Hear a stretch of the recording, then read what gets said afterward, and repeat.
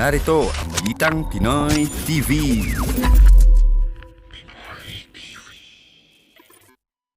Magandang araw sa inyo mga kababayan. Ako po si Banat Bay. Ito na nga pag-usapan natin ng mga may init na issue. Alam nyo itong mga nakarang araw ay talagang nililihis nila ang issue ng flood control through many issues na nilalabas nila. Naku po. Isa na nga po dito yung issue ng ICC. Tapos yung issue ng kung ano-ano pa. Naku, ano ba yun? Pati yung langaw na dinadivert ako. Ba't may langaw dito? Hayop yun O anyway, ngayon, pag-uusapan natin, itong video na to, nakikita nyo. Naku po, malupit itong video na ito dahil itong video na ito, talagang pinapakita na everything that is happening with the flood control scandal leads to Marcos. Pagka ganyan ng system, mga kababayan, alam na natin ang ibig sabihin yan. Kaya alam natin kaliwat kanan ang pag-divert. Kaya nga yung sakit niya, tuberculosis. Ano ba yung sakit niya? Divertulosis ba? Diverculosis o baka naman diabetes control flood. Oh. Hindi nyo ba napansin? Ba't ganun yung sinabi niya sakit? Kasi nga, yun ang ibig sabihin nun. Divert the issue. Yeah? Oh.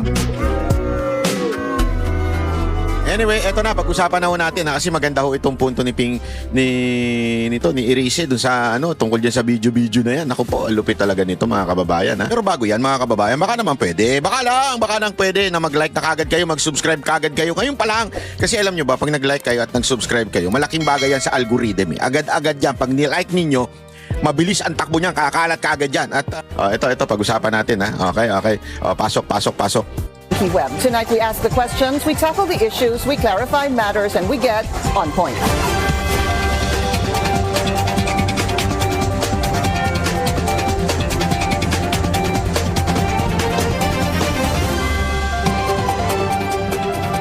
President Bongbong Marcos's alleged role in the flood control scandal is again under scrutiny. Nako. This after a supposed exchange of text messages allegedly showing former Palace Undersecretary Adrian Bersamin Nako. as his bagman. A lawmaker now urges the Senate Blue Ribbon Committee to investigate. Let's Nako. get on point with Caloocan City 2nd District Representative Edgar Erice. Congressman, maraming salamat po uli sa inyong Salamat. oras. Good evening. Malaki to, bago, Yes. dahil may text messages, meron daw CCTV. Just for context, I was able to speak to Congressman Tino during agenda, but for those who might not have seen it, watched it, Congressman Edgar Erice is also part of this group that was informed of this alleged text message between Undersecretary Adrian Bersamin, who was the PLLO, the liaison officer, and President Bongbong Marcos. I'm going to start again from the beginning, Yeah. Congressman, I hope you don't mind. So your point of view, ano ho ba, paano to, who, what, when, where, how, why? How did Okay, it all work?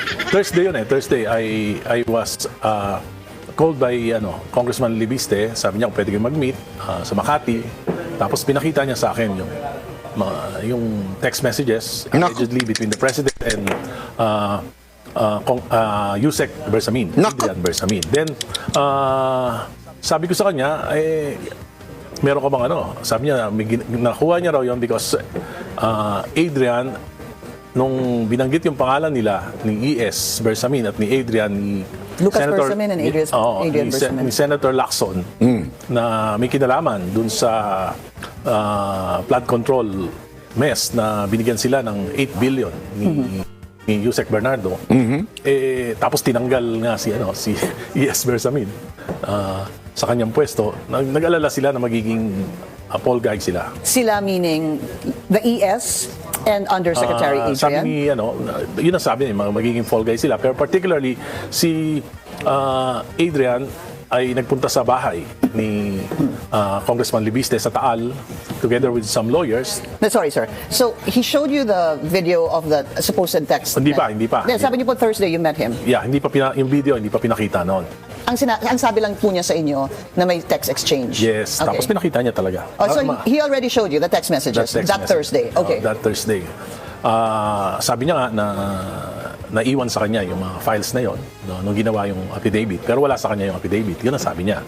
So sabi ko, meron ka bang CCTV footages nung nangyari? Siyempre, yung bahay mo naman siguro may CCTV. Sabi niya, meron. Kayong dalawa lang po ito. Kami lang dalawa. Pagkatapos nung tinawagan uli ako, ni Tapusin po Congress- natin yung kwento. Sabi mo, meron ba kayong CCTV? And Sabi niya, yes. Okay, Sabi ko, positive. kailangan ipakita mo sa akin yun. Okay. Sabi niya, okay, so kinabukasan ng umaga, involved na si Friday na to. Friday, Congressman Tino, diyan naman sa Ortigas, nagkita kami, pinakita niya na yung CCTV, pinakita niya uli yung messages, in-explain niya yung mga nangyari. Pero tatlo lang po kayo. Ano na kami noon? 4. Who's the other one? Yung isa kasama ni Congressman Levis. Tino. Niya, okay. So, Reneco. Oh, yes. Okay. So, it was you, Congressman Erice, Co, Tino, and Leviste. Yeah. Okay. Friday na po ito. Friday. Alright. Pagkatapos, di ipinakita, sabi niya, gusto niya kaming tulungan para ika nga hindi ma-dismiss yung impeachment complaint. And this was, nasa na po kayo? Parating na po yung usapin sa substance, ho ba? Yeah, sa substance. Okay, so tapos na po yung inform, aprobado na. So, actually, tapos na sa substance. Kaya lang, meron pang may committee deliberation pa. May vote na yung initial vote ng Tapos committee. Okay. magkakaroon pa ng plenary. Right. So, sabi namin, i-present namin niya kung gagawa ka ng affidavit. Sabi, affidavit. So, okay, gagawa daw siya ng affidavit. Congressman Leviste. So, nagkita uli kami. Sabi ko, I'll have to consult also my party mates. So, kinabukasan, marami na kami. Ng mga congressman, marami na kami. So, pinakita niya uli. Tapos sabi niya, Sunday, Saan po yan? Yung marami na kayo? Noong una, Makati, Ortigas. Dito na sa Rockwell na. Medyo very Iniikot public namin na. Okay. Rockwell na. Pero may naman, enclosed naman yung lugar. So, sabi niya, gagawin niya na yung affidavit ng Sunday. So sabi ko, di mag-meet tayo ulit ng Sunday. Sabi ko, pupunta ako sa... Parang pinaasa to ng pinaasa, no? Tungkol din sa text message to kailangan may affidavit din lahat pati yung lahat ng ebidensya. Asa naman ka. Sa Manila Memorial kasi pupunta ako kay Pinoy kasi birthday niya noon, February 8. Pagkatapos makikikain ako dun sa Aquino family sa East Ocean. Okay. Sabi ko, magre-reserve ako ng isang room doon. Sa Rojas Boulevard, ang Matapagal Avenue. Sabi ko, magre-reserve ako sa room, punta kayo doon. So pagdating ko doon, ang sabi, parang atras na. Si Congressman Leviste. Kasi ayaw daw nung nila Adrian, ayaw na, natatakot na.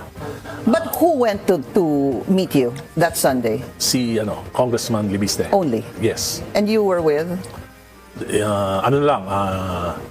4 na lang kaming congressman. Okay. And for you, at that point, importante na yun kasi hinihintay mo yung affidavit. Okay. So hindi niya binigay. So, pero nag-effort pa rin si Congressman Tino during the plenary deliberation. Sinabi niya, kinonfirm ko naman. But before we go to that, Congressman, ano ho ang inyong naging pakiramdam after all those meetings and then that Sunday, Congressman Leviste said no more because supposed to be Adrian also said Tinanong no. ko siya, ano ba ang talagang motibo mo? Are you trying to leverage with the government? You're using us? Sabi ko sa kanya. Sabi niya, hindi. I'm just trying to protect the Versa means. Kasi baka kung ipilit ko na ayaw nila, hindi sila lumabas. Sabi nila, there must be a proper time na lalabas sila. Kasi at one time daw, nagpunta si Leon sa isang bishop, Nako. archbishop. Nako. Present niya ito, ang parang indifferent yung The Archbishop. archbishop. Really? So Supot pala tong archbishop na to. Bayot ka? Gago! Hindi, supot pala Di ba? Wala pala Ang dami mong sinasabi-sabi. Ngayon, wala naman pala. Bakit bigla kang urong? Bakit parang takot ka? Naku po, patay tayo dyan. Anyway, wala tayong magagawa. Walang pilitan yan Pero ito, malinaw na meron talagang text messaging si BBM at saka si Yusek Bersamin. Ito nga yung 8 billion di umano, allegedly, di ba? Ngayon, medyo umuurong din itong si Libiste. Ayaw nang affidavit. Tapos, kasi siguro dahil nagkaroon ng frustration, dahil humihingi siya ng suporta sa civil society, walang mga bayag. Hindi ko alam kung walang mga bayag o baka naman din iniisip kagad nila, nako, ayaw namin yan kasi Duterte yan. Alam mo naman yung mga hindot na yan, hindi naman talaga sila para sa bayan. Sorry pasensya na kayo kayo mga civil packing society, hindi naman talaga kayo para sa bayan Para kayo sa mga liberal. Hindi naman kayo, hindi nyo concern, para bagang ganito Sige, basta nakawan at babanatan natin yan. Korupsyon, babanatan natin yan. Pero kailangan kami makinabang. Kung hindi kami makikinabang, tatahimik na lang kami. Anong tawag mo dun? Is that a truly anti-corruption advocates? O anti-Duterte advocates? Di ba? Yun nangyari, kaya parang kinakabahan. Parang ang iniisip nila, very powerful yung involved ng mga tao, tapos wala silang suporta ng taong bayan, ng civil society. Hindi totoo yan. May support, alam mo, Libiste, may suporta ka ng taong bayan. Wala kang suporta ng mga pingtae, mga yellows. Wala kang suporta, syempre. Alam mo naman sila, ang concern nila, sila mabalik. Kasi alam mo, ang plano nila sa 2028, hindi naman po talaga para sa bayan, mapalitan, maayos ang bansa. Mamaya, papakita ko sa inyo, kinonfirm mismo nung isang hindot na pinklawan. Pero ito, talagang concern nila, mapunta sa kanila yung kapangyarihan. Ibig sabihin yung mabalik yung gobyerno sa power nila, not really for kaayusan. Di ba? But did you believe him? Did you believe Congressman Leviste? Yung Did you believe... narration of facts, okay sa akin. Narration of facts, including kasi hindi, yung nakita ko yung mga text exchange, message. very detailed. Pagkatapos nakalagay doon kung magkano yung mga binibigay. Actually, tinanong ko si Congressman Chanco, totoo ba na binayaran mo si Andrew E. ng ganito? Nako! Yes, sabi niya. Dahil nandoon yung mga expenses. Tapos I'll go first to the text messages later. Sorry, sir, because I don't want to lose my train of thought here. So you believe it because there were very specific messages. Andrew E. Share naman ng blessing dyan. Hindi, alam mo, kaya nga, eto maraming meron ako mga nababasa. Actually, magkaiba yung tingnan nyo, dito nyo makikita na independent thinker kami mga banateros. Iba yung banat ni Sir Jack at iba yung banat ni Boss Dada patungkol kay Andrew E. Alam mo, si Boss Dada, syempre, coming from a vlogger, coming from a political person. Hindi kasi sa entertainer di ba? Kami ni Sir Jack, entertainer kami. So alam namin na yung puso ng tao, wala naman silang pakialam.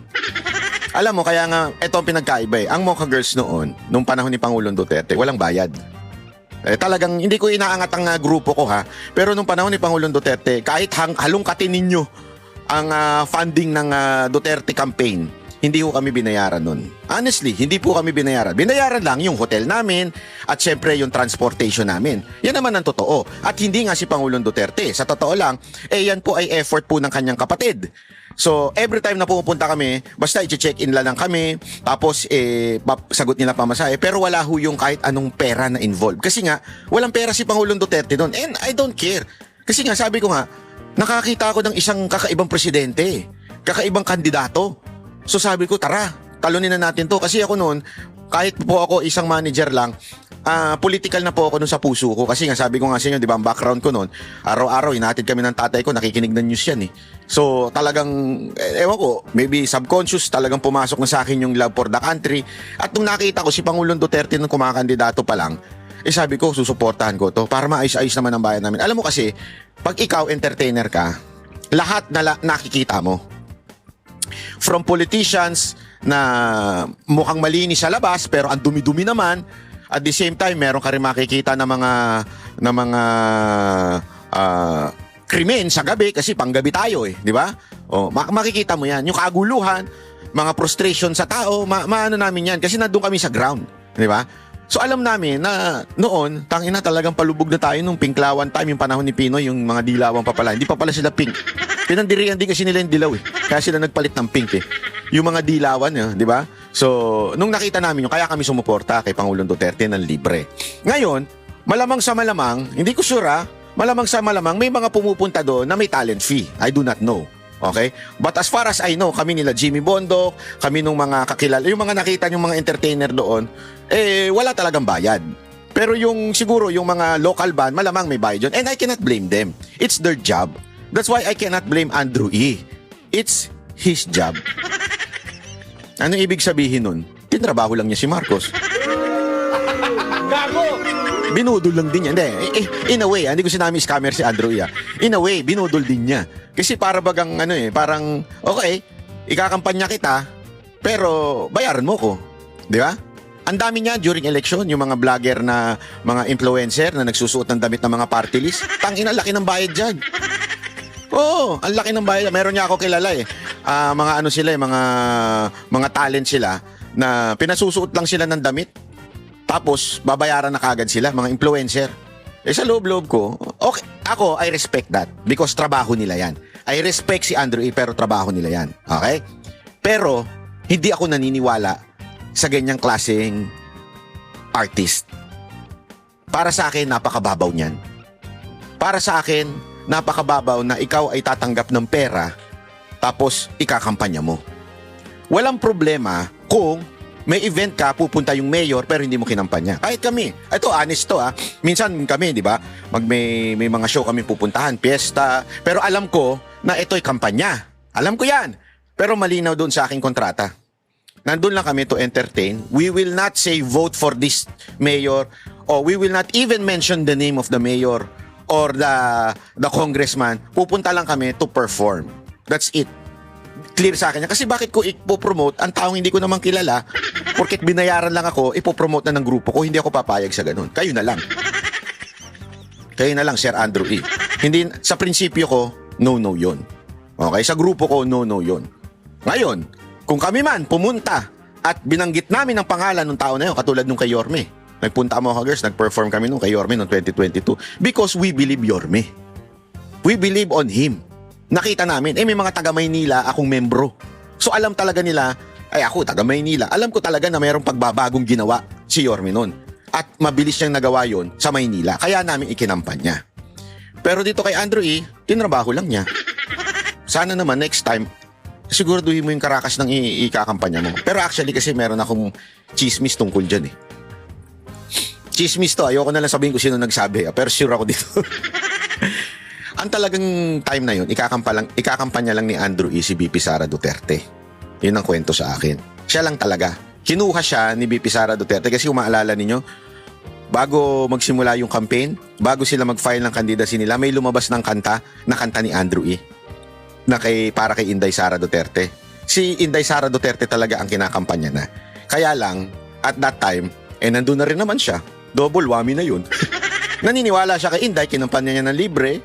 Pero dahil sa nandun na rin naman siya, bayaran mo na ako, Marcos. Yun ang parang nangyari. Kung paniniwalaan natin itong sinasabi ni Eris eh.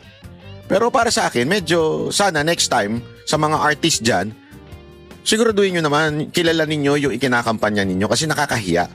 Oo, sabihin na natin, trabaho ninyo yan. Ito na nga mga kabalita. Ano na ang masasabi nyo patungkol sa balitang ito? Please comment down below mga kabalita. Pag-usapan natin yan sa comment section. At kung di ka pa nakasubscribe sa ating channel, baka naman